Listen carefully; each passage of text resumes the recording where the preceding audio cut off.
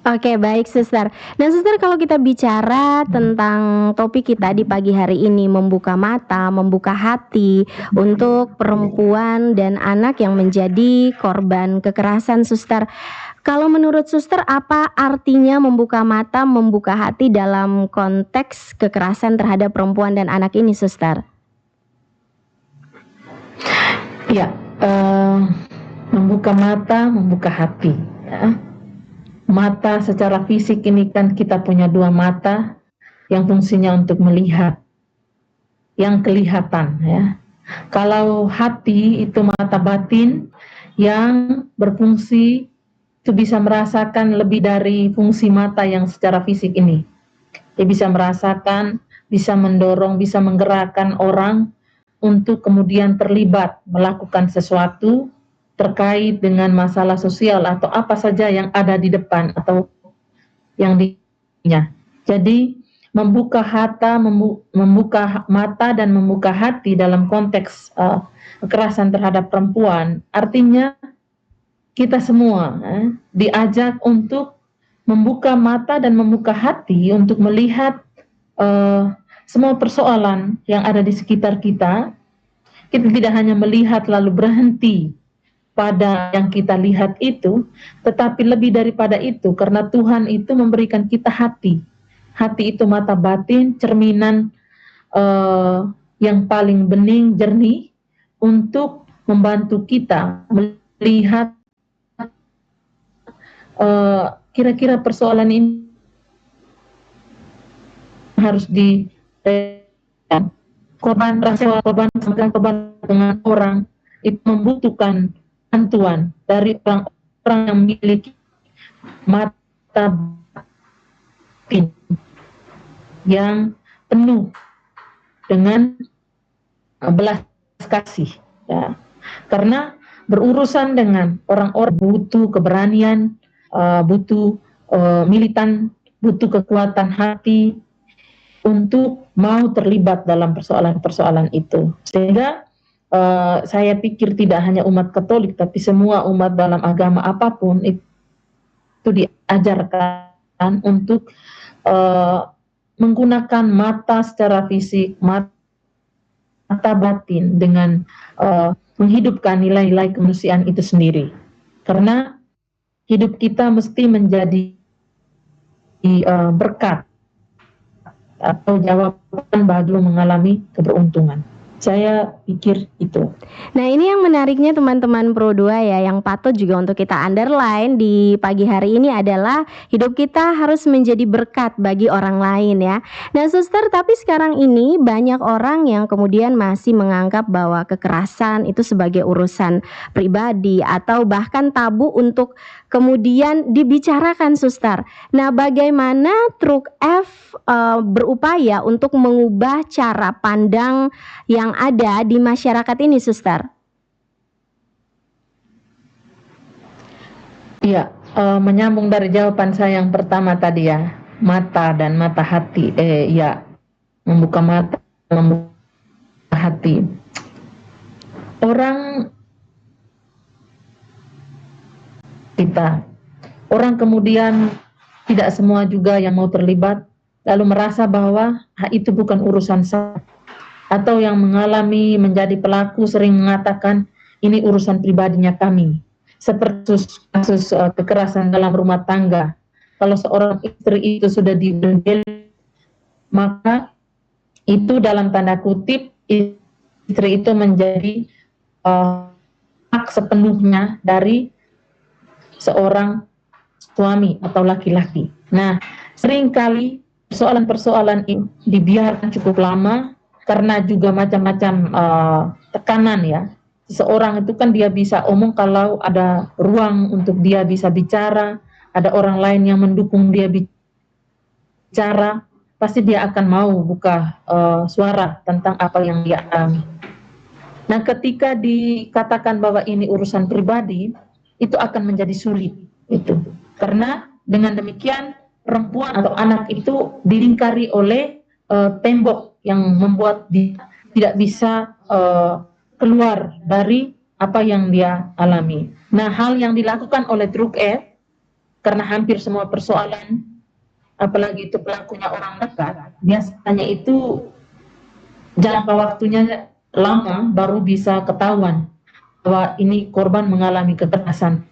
Hal yang kami lakukan itu adalah melakukan tindakan pencegahan berupa sosialisasi, membangun diskusi dan kelompok-kelompok, mulai dari kelompok-kelompok akar rumput, pemerintah desa, kelompok-kelompok perempuan, para mahasiswa di sekolah-sekolah, bahkan juga dengan pihak keuskupan. Itu kami berjejaring untuk membangun pemahaman bersama, entah itu offline maupun online. Kita selalu melakukan kampanye dan memaknai hari-hari berkaitan, misalnya hari HAM atau hari perempuan seluruh dunia seperti itu, dan kami selalu melibatkan masyarakat. Jadi isu ini bukan hanya isu TRUK, tapi melibatkan semua masyarakat untuk terlibat, dan itu kita lihat ketika masyarakatnya memahami, maka banyak orang akan datang membuat pengaduan, laporan ke TRUK, baik di maupun di MERE. Seperti ada kemajuan dalam kesadaran masyarakat ketika masyarakat bergerak yang alami. Jadi hal-hal itu yang kami lakukan seperti itu, termasuk memberikan misalnya pada saat penanganan, jika pelakunya itu orang dekat, kami akan turun bertemu dengan keluarga, memberikan pemahaman yang dengan bahasa, dengan segala macam cara untuk meyakinkan mereka bahwa oke, ini kita hubungan keluarga, tapi jenis perbuatan ini itu kejahatan, seperti itu. Meskipun ada tantangan, nyerah dengan tantangan yang ada.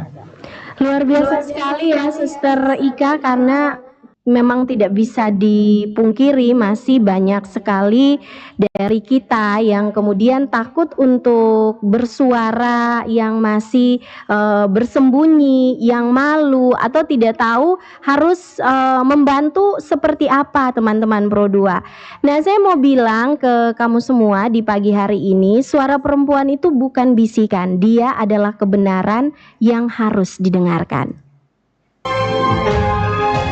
Teman-teman Pro 2, lagu dari Raisah, Teduhnya Wanita ya, ini bisa menjadi gambaran bagi kita semua ya. Jadi lindungi hatinya sekalipun di dalam amarah ya. Karena wanita itu adalah makhluk yang patut untuk dilindungi teman-teman. Dan buat kamu yang ingin bergabung bersama kami pagi hari ini, silakan melalui channel YouTube RRI ND atau bisa juga melalui line WhatsApp kami di 082 147 650 422, atau kamu bisa mention kami, bisa DM kami di Instagram di @pro2nd.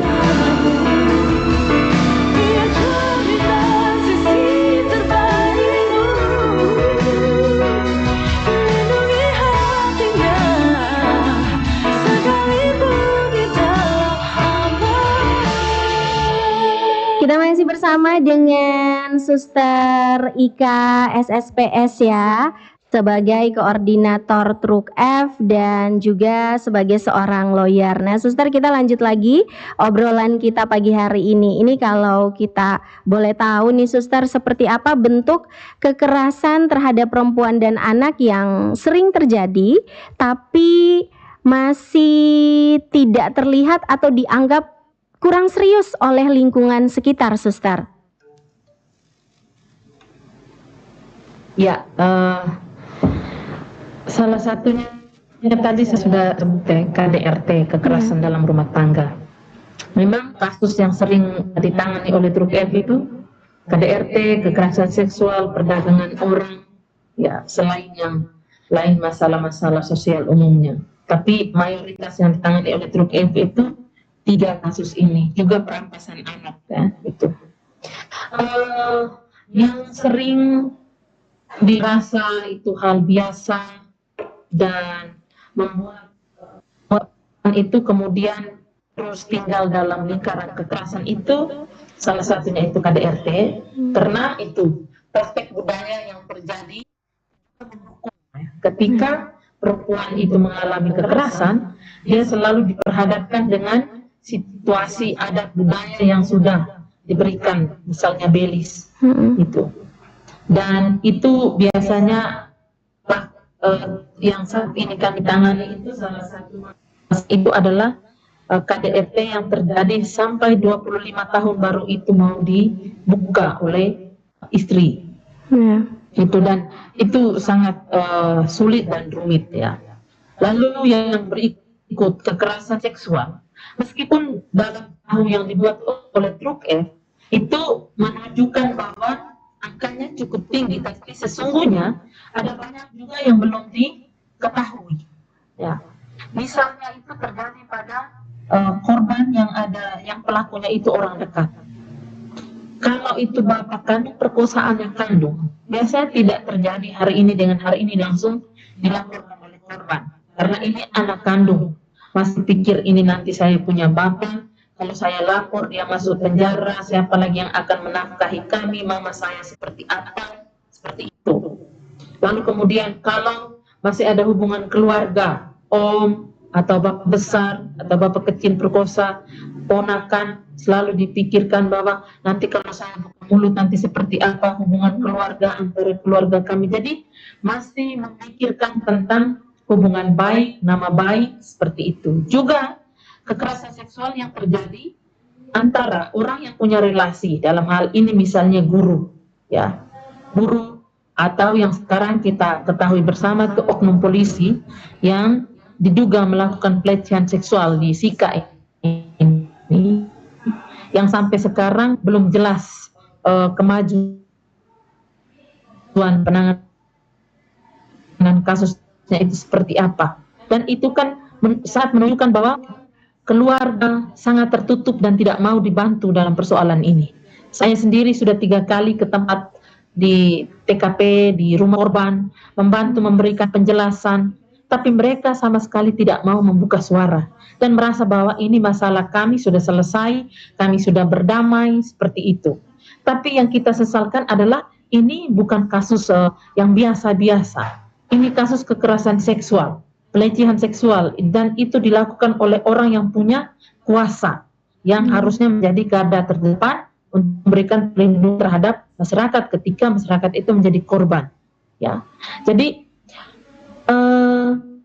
saya merasa bahwa banyak korban yang sebenarnya belum mau untuk bersuara. Dalam konteks kasus kekerasan pelecehan seksual yang diduga dilakukan oleh oknum polisi ini, sebenarnya dari cerita, dari pendekatan kami, korban sebenarnya mau untuk bicara tentang masalah itu. Hanya dia mengalami tekanan yang cukup serius dari kedua orang tuanya. Itu, jadi itu faktor-faktor yang membuat kenapa korban tidak bisa bersuara, dan masyarakat itu masih juga melihat bahwa itu bukan urusannya saya. Lalu yang berikut perdagangan orang juga, banyak orang merasa bahwa itu hal biasa dan orang tidak mau melapor karena ada anggapan bahwa ketika orang yang pergi bekerja dia menjadi korban dan tidak beruntung, berarti itu dinilai bahwa belum nasibnya dia beruntung. Dan itu saya dengar sendiri dari sharing pada saat kami melakukan sosialisasi di wilayah Flores Timur. Seperti itu. Jadi ada anggapan-anggapan, penilaian-penilaian, keyakinan-keyakinan yang masih hidup, dan itu berakar kuat dalam pikiran, dalam pemahamannya masyarakat, sehingga itu membuat masyarakat itu merasa masih biasa-biasa saja dan merasa ini bukan masalah yang besar yang harus ditangani, dan merasa bahwa seperti ini, jadi tidak perlu harus cari masalah, karena kalau berurusan dengan hukum itu kan pasti prosesnya panjang. Gitu. Jadi ada banyak hal yang melatar belakangi kenapa masyarakat itu belum mau mengungkapkan dan masih merasa itu hal yang biasa dan masih memikirkan atau masih, tapi mereka belum memahami dengan cukup baik tentang itu, sehingga pencegahan itu mesti dibuat, ya. Bukan hanya masyarakat, tapi ini kan tugas kewenangan dan pemerintah. Ya. Itu pemangku kepentingan, pemangku kebijakan. Mereka itu adalah dari negara ini dan negara harus hadir. Itu. Jadi kalau negara tidak melakukan upaya untuk pencegahan, penyadaran masyarakat secara berkesinambungan atau berkelanjutan, maka akan terus ada banyak korban. Pasti kita yakin bahwa ada masalah jika kita melakukan pencegahan. Tapi kan proses membuat orang mengerti, membuat orang paham tentang apa yang dia alami, dan itu jika itu adalah kekerasan atau ketidakadilan, maka dia punya hak untuk memperjuangkan, dan itu yang harus diberi pengetahuan semaksimal mungkin kepada masyarakat. Oke, baik, berarti suster ini juga menjadi tantangan bagi Truk F untuk kemudian bisa melakukan aksi-aksi di dalam perlindungan perempuan dan anak. Namun bagaimana suster ketika mendampingi korban yang sudah lama memendam luka dan rasa takut untuk bicara? Apakah ini menjadi tantangan juga bagi suster dan teman-teman di Truk F? Ya, korban ini kan punya latar belakang pengalaman kekerasan alam itu kan bermacam-macam, ya. Setiap orang itu punya backgroundnya masing-masing, dan berat ringannya luka batin yang mereka alami itu juga pasti berbeda. Kalau korban yang banyak yang datang yang kita bantu selama ini, biasanya itu kita membangun rasa percaya dulu, ya, ketika korban datang. Dan ya, Truk F beruntung karena ada biarawan-biarawati juga hadir di sini. Di ND ada Bruder Tio, Pater Apensaur, ya. Lalu di beberapa jaringan kita, misalnya di Labuan Bajo juga ada suster juga yang berkarya di sana. Jadi artinya kami melihat bahwa masyarakat masih percaya, ya, masih percaya dengan layanan yang diberikan oleh Truk F seperti itu, sehingga ketika membuat pendampingan pada korban itu kita memang di Truk F itu di ND maupun di Maumere sekarang kita sudah punya tenaga psikolog, ya.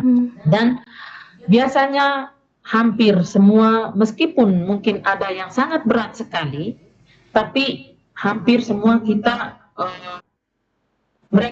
kita meyakinkan mereka sehingga mereka mau berani untuk menceritakan apa yang mereka alami. Dan hal yang paling untuk kami itu adalah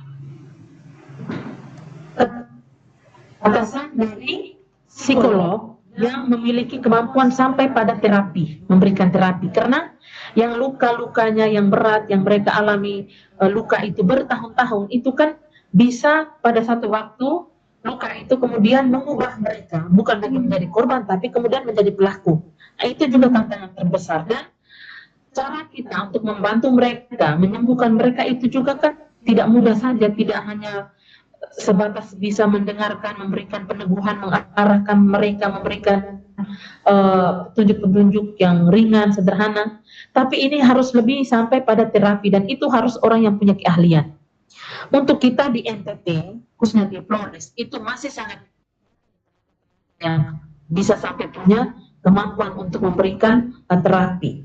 Kami di Maumere itu sudah bekerja sama dengan Universitas Nusa Nipah, karena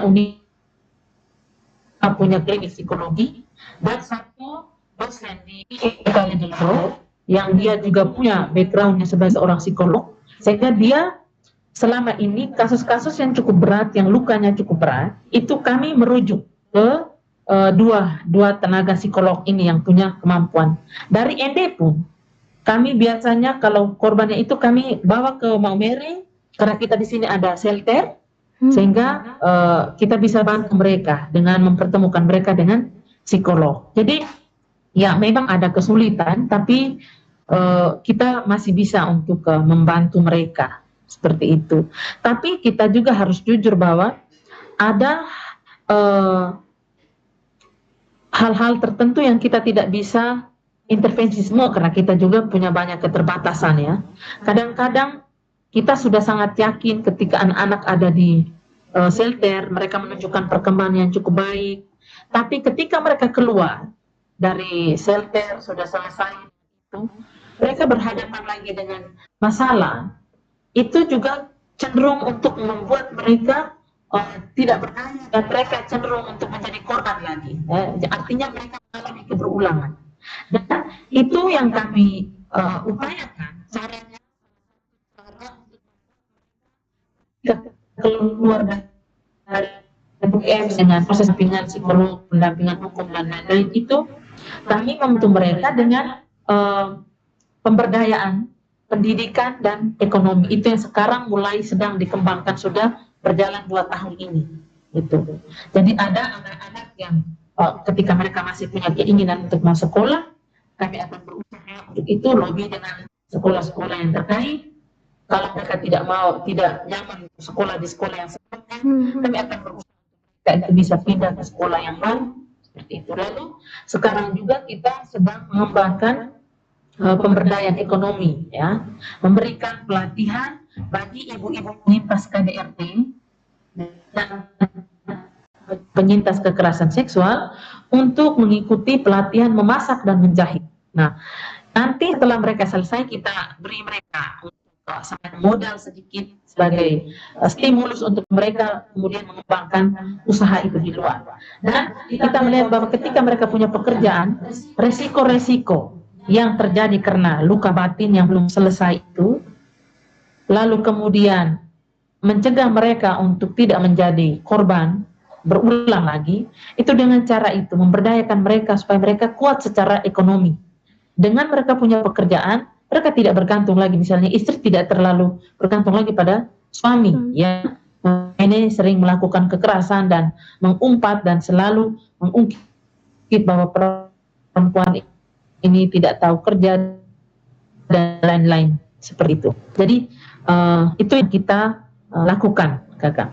Nah, kemudian bagaimana suster seharusnya peran dari keluarga, sekolah, dan juga masyarakat dalam membantu serta menangani kekerasan sejak dini ya kepada perempuan dan anak ini, suster? Karena seperti yang tadi suster sampaikan bahwa dampak dari korban kekerasan seksual ini pada akhirnya juga si korban bisa menjadi pelaku. Artinya nanti akan menjadi rantai ketika keluarga, sekolah, dan masyarakat ini tidak berperan secara aktif untuk membantu, suster. Ya, nah saya pikir hal yang paling penting itu adalah kita mesti mulai menyadari bahwa bicara tentang seks itu bukan hal yang tabu lagi, ya.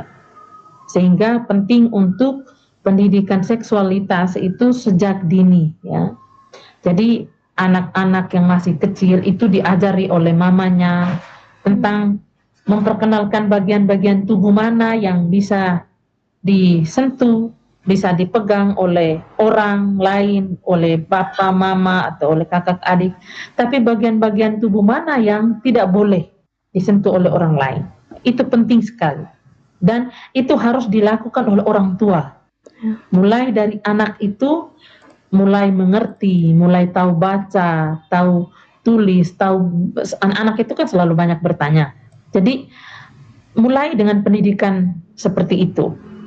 Dan itu banyak sekali aplikasinya yang ada di YouTube, dan itu sekarang dengan media sosial yang ada ini kita tidak perlu lagi tanya bagaimana caranya, tinggal Google saja lalu kemudian lihat di YouTube, ada macam-macam cara dalam bentuk puisi, dalam bentuk nyanyian seperti itu. Jadi itu bisa diterapkan oleh keluarga-keluarga itu. Lalu kemudian pendidikan seksual itu juga mesti dilakukan oleh institusi-institusi pendidikan, ya.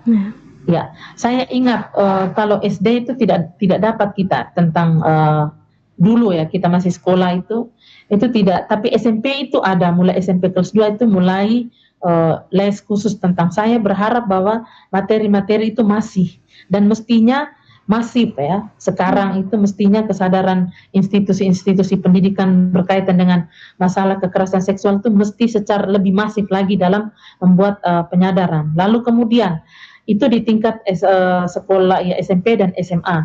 Tapi di tingkat universitas itu mesti ada Satgas TPKS. Iya. Itu karena Permendikbudristek itu sudah ada ya aturan tentang mewajibkan bahwa setiap kampus itu harus ada Satgas tindak pidana kekerasan seksual.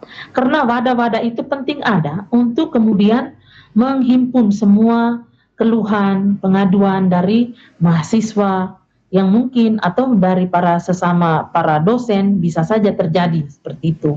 Jadi pendidikan itu mesti secara terus-menerus karena kita ini kan Tuhan Allah beri kita akal budi, hati itu untuk kemudian kita gunakan untuk memaksimalkan diri kita dengan pengetahuan supaya kita tuh hidup sadar. Kita semua ini punya indikasi untuk bisa menjadi pelaku. Tapi dengan kita memahami, maka kita akan lebih sadar bahwa sekurang-kurangnya saya tidak buat orang lain itu susah, ya. Dengan kata-kata saya, mungkin saya bertemu dengan korban kekerasan seksual, saya tidak memberi label atau mengeluarkan kata-kata yang mendiskriminasi dia, yang kemudian membuat dia juga tertutup untuk tidak mau bicara tentang apa yang dia alami. Jadi itu saya selalu omong bahwa Tuhan sudah berikan kita banyak sekali kemampuan, tapi mari kita gunakan kemampuan itu sebagai berkat untuk banyak orang. Dengan pengetahuan-pengetahuan yang gratis sekali sekarang dengan media sosial ini kita bisa sekali untuk menyerap ilmu pengetahuan itu setiap hari. Suster, kemudian apa yang bisa kita lakukan sebagai individu agar kita tuh tidak menjadi penonton yang pasif ketika kita melihat atau mengetahui adanya tindakan kekerasan khususnya terhadap perempuan dan anak yang terjadi di sekitar, Suster? Ya, saya selalu mengajak banyak kalau saya ke tempat-tempat sosialisasi, itu saya pertama biasanya mengatakan begini, ketika kita bertemu dengan korban, hal yang pertama adalah kita mesti membuka percakapan dengan yang bersangkutan dengan bahasa yang membuat dia tidak merasa takut, ya. Itu dulu yang pertama. Dan tidak langsung menanyakan. Hal yang pertama itu bahwa melakukan pendekatan lalu mengevakuasi dia untuk jauh dulu dari situasi di mana terjadinya kekerasan itu. Karena dengan dia keluar dari lokasi itu, dia akan punya rasa sedikit kebebasan untuk berbicara, untuk melakukan pendekatan terhadap korban, tapi juga terhadap keluarga, untuk meyakinkan mereka bahwa ini kekerasan, ini kejahatan, sebagai sesama manusia kita memaafkan, karena banyak kali kan kalau orang sudah memaafkan berarti menganggap masalah itu selesai. Betul, Suster. Memaafkan oke, tetapi yang namanya kejahatan, apalagi kita hidup di negara Indonesia yang ada aturan hukumnya, itu mesti diperjuangkan hak-hak atas keadilan. Proses hukum harus tetap berjalan. Seperti itu. Lalu yang berikut, saya mengamati media-media sekarang ya, ketika ada kasus melakukan pendekatan untuk mendapatkan kronologi sekian-sekian, lalu kemudian dengan segera serta-mertanya langsung posting tanpa persetujuan korban. Nah, itu juga sebenarnya salah satu bentuk kekerasan yang baru yang diciptakan oleh media terhadap korban. Karena rekam jejak digital itu akan terekam sampai kapanpun. Kita sekarang ini hidup di era digital. Semua orang sampai di kampung, di pelosok pun mereka sudah punya HP. Dan bukan tidak mungkin seorang korban itu besok lusa tidak menggunakan HP. Dia akan menggunakan HP, lalu kapan saja atau dia mau menikah, misalnya pada satu waktu dia mau menikah, lalu kemudian calon tunangannya tahu bahwa dia ada, ini kan juga menjadi salah satu persoalan baru lagi. Jadi hal-hal itu mesti perlu dilihat secara baik ya. Teman-teman media itu saya selalu sampaikan. Lalu yang berikut, sebagai masyarakat selain melakukan pendekatan, tapi kita sadar sekali bahwa kita hidup di budaya patriarkat juga yang kemudian menyalahkan korban itu sangat lebih dominan dibanding melakukan pendekatan yang lebih humanis. Itu. Memang dia seperti itu. Karena memang dia berpakaiannya seperti itu. Begitu. Lalu kadang-kadang, ya memang karena laki-laki Mhm. sering keluar masuk di rumahnya, ya laki-laki mungkin ada tamu kah, yang ada urusan yang lain, semua dilihat dengan kacamata yang sangat negatif. Maka itu yang saya bilang tadi, Iya. mata kita kadang-kadang, mata secara fisik ini melihat dan cepat sekali memberikan pengadilan untuk mengadili orang lain, seperti itu. Tapi mata batin kita sesungguhnya sering juga membuat kita atau memberikan penghakiman hanya sejauh mana kita tajam, sejauh mana kita peka untuk mendengarkan suara hati kita yang selalu memberikan arahan tentunya ke hal-hal yang baik, seperti itu. Jadi eh, itu beberapa hal yang saya bisa sampaikan berkaitan dengan apa yang harus dilakukan oleh masyarakat supaya tidak pasif, seperti itu. Lalu masyarakat kan sudah tahu, ada beberapa lembaga layanan, meskipun belum banyak, kita juga mendorong agar komunitas-komunitas masyarakat itu punya gerakan mulai dibangun untuk bagaimana eh, persoalan-persoalan di tempat tinggal itu harus diangkat, dan itu kita sedang berusaha untuk kemudian membangun komunitas sekolah perempuan. Itu kita dalam rencana untuk membangun komunitas-komunitas itu, untuk kemudian bagaimana mereka itu mau untuk menyuarakan persoalan-persoalan di lingkungan yang ada di dekat mereka, seperti itu. Jadi teman-teman Pro2 dari sini kita bisa menyadari bahwa yang diperlukan oleh korban itu sebetulnya adalah pelukan dan juga ruang yang aman untuk memberikan kesempatan mereka berbicara. Jangan tanya kenapa korban itu diam, tapi kalian bertanya kenapa pelaku itu masih merasa aman. Pro2 FM, teman terbaik kamu. Pro2 FM.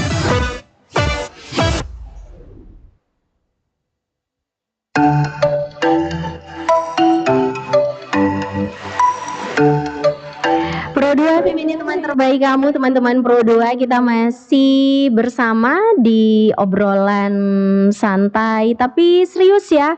Ini topik yang tentu saja menjadi perhatian tidak hanya di Indonesia tapi di seluruh dunia ya, karena kita lihat dengan begitu banyaknya kasus yang masih terus terjadi sampai dengan saat ini. Nah, Suster, apa kemudian langkah konkret nih kalau kita bicara kaitannya dengan anak muda ya yang bisa diambil untuk ikut menjadi bagian dari perubahan ini? Karena kan katanya anak muda ya sering menggaungkan agent of change, agen perubahan. 2045 mau menjadi generasi emas ya teman-teman Pro2. Nah, apa kemudian yang bisa dilakukan saat ini oleh generasi muda kita, Suster? Ya, baik. Ya, agen perubahan ya. Iya. Teman-teman muda ini, orang-orang muda ini menjadi harapan dari bangsa dan negara, harapan dari gereja. Itu kita memang menaruh banyak harapan pada pundak mereka untuk membuka hati, membuka mata untuk melihat setiap tantangan dan persoalan hidup yang ada di sekitar. Itu. Nah, saya mengajak teman-teman muda untuk menggunakan kesempatan, karena hidup di zaman yang penuh dengan kemajuan ini sebenarnya banyak peluang untuk teman-teman orang muda untuk mengembangkan diri dengan macam-macam pengetahuan. Itu. Jadi perkayalah diri teman-teman orang muda dengan banyak pengetahuan yang positif dan terlibatlah dalam melihat dan mendengarkan suara hatimu untuk kemudian menentukan tindakan dalam memberikan tanggapan terhadap persoalan-persoalan yang ada di sekitar. Itu yang saya mau ajak teman-teman orang muda, dan gunakan media-media sosial yang kalian punya untuk sebagai media untuk kampanye anti kekerasan. Baik itu kekerasan dalam rumah tangga, kekerasan seksual, juga perdagangan orang dan macam-macam persoalan yang lainnya. Itu ajakan dari saya untuk teman-teman. Nah, yang terakhir, Suster, seperti apa harapan ke depan dari Suster terhadap sistem hukum, kebijakan publik, kesadaran sosial dalam menangani kekerasan terhadap perempuan dan anak, Suster? Ya, kita tahu bahwa sistem hukum itu kan kesatuan yang terdiri dari berbagai elemen, Ya. termasuk itu aturan hukumnya, institusi hukum, mulai dari kepolisian, kejaksaan, sampai di pengadilan, lalu juga termasuk dengan aparat penegak hukum, sumber daya manusianya sebagai pelaku-pelaku hukum, seperti itu, serta praktik-praktik hukum yang berlaku di wilayah, khususnya di negara kita. Dan Indonesia itu menganut sistem hukum sipil atau civil law. Dan civil law itu berarti kita mengutamakan aturan-aturan yang tertulis dalam bentuk macam-macam regulasi undang-undang yang kita punya di negara ini. Untuk konteks kekerasan perempuan dan anak, kita sudah punya sejumlah regulasi ya. Misalnya undang-undang penghapusan kekerasan dalam rumah tangga, undang-undang perlindungan anak, undang-undang tindak pidana perdagangan orang, undang-undang perlindungan pekerja migran Indonesia, dan macam-macam undang-undang yang lainnya. Nah, sejumlah undang-undang ini itu sebenarnya sudah ada hak dan kewajiban, semua sudah diatur di dalam, dan bagaimana mekanisme dari penanganan kasus ketika perempuan dan anak menjadi korban. Tapi yang jadi soal selama ini, yang menjadi tantangan itu adalah praktik hukum antara fakta yang terjadi dengan penerapan undang-undang yang ada, itu sering tidak sinkron. Dan itu menimbulkan banyak keresahan dalam masyarakat. Misalnya, kasus ini jelas-jelas kita tahu ini kasus perdagangan orang, tapi kemudian diputus sampai di pengadilan, diputus dengan undang-undang ketenagakerjaan yang sanksinya itu paling maksimal 3 tahun pidana penjara, seperti itu, atau paling rendah 6 bulan atau satu tahun atau 1,5. Dan itu kan sangat menunjukkan ketidakadilan terhadap korban. Seperti itu. Itu saya angkat ini dalam kasus perdagangan orang yang di Sika ini, pelakunya itu oknum DPRD. Itu faktanya seperti itu. Jadi saya melihat bahwa ada gap antara undang-undang atau aturan hukum yang ada, praktik hukum, dan pelaku itu sendiri ya, dalam arti aparat penegak hukum yang belum memiliki pengetahuan yang cukup baik atau memiliki perspektif. Korbannya itu sangat minim untuk kita temukan dalam diri saudara-saudara kita yang diberi kepercayaan oleh Tuhan untuk bekerja sebagai polisi, sebagai jaksa, dan sebagai hakim. Gitu. Jadi kita memang sangat mengharapkan aturan institusi kita itu lebih menunjukkan progres yang lebih maju dalam hal pemahaman, dalam hal penindakan, dan dalam hal pemenuhan. Karena semua rangkaian kegiatan yang dilakukan oleh aparat penegak hukum itu harus berujung pada pemenuhan rasa keadilan, baik itu terhadap korban sendiri, baik itu terhadap masyarakat, tapi juga terhadap pelaku ya. Meskipun mereka pelaku, tapi mereka juga punya hak-hak hukum yang harus dilindungi. Tapi yang jadi korban itu mesti yang menjadi prioritas. Seperti itu. Karena seorang korban dia punya trauma, depresinya itu dia bawa sampai mati. Ya, pelaku juga. Tapi kita mesti fair melihat situasi dan mendudukan setiap persoalan, sehingga tindakan hukum, sanksi hukum yang diberikan oleh pihak yang berwajib, aparat penegak hukum terhadap pelaku itu memberikan rasa kepuasan juga terhadap korban dan masyarakat. Sehingga tidak kemudian menimbulkan istilah-istilah yang kemudian hukum itu tumpul ke atas, tajam ke bawah, seperti kasus Nang Hale ini.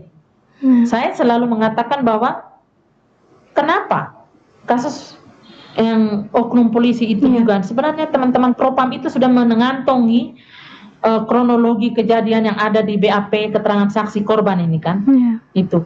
Dan itu sebetulnya menjadi rujukan mereka untuk melakukan investigasi atau kemudian membuat menetapkan tersangka dalam kasus kekerasan seksual. Tapi kenapa itu tidak bisa dibuat? Dan itu kan semua orang bisa menduga, oh ya mereka saling melindungi. Dan hukum, kalau saya selalu bilang, oh kalau pelakunya itu bukan oknum atau bukan pejabat, pasti segera ditahan. Tapi ini pelakunya nih oknum, juga pejabat, misalnya kasus TPPO yang DPRD pelakunya itu, oknum DPRD. Nah, itu tidak ditahan sampai hari ini. Dan dia lenggang kangkung tetap menjadi seorang DPR. wakil rakyat di Sika. Jadi kalau kita pergi berhadapan dengan DPR, artinya kita pergi berhadapan dengan orang-orang yang menjadi pelaku kejahatan juga, seperti itu. Iya. Itu kakak.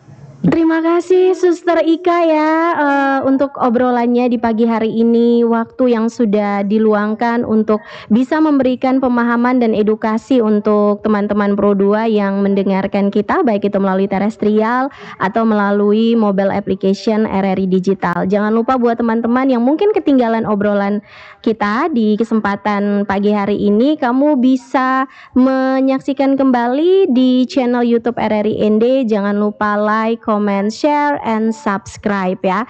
Dan teman-teman Pro 2, mari jadi bagian dari perubahan. Jangan diam kalau lihat kekerasan. Bantu sebisanya dengan hati kita ya. Karena perempuan dan anak itu punya hak untuk hidup aman dan bermartabat. Kita tidak perlu jadi pahlawan buat selamatkan dunia, cukup jadi manusia untuk selamatkan sesama. Saya Trinitas, akhiri kebersamaan obrolan kita bersama dengan Suster Ika SSPS, Koordinator Truk F dan Lawyer. Sampai ketemu lagi di edisi berikutnya.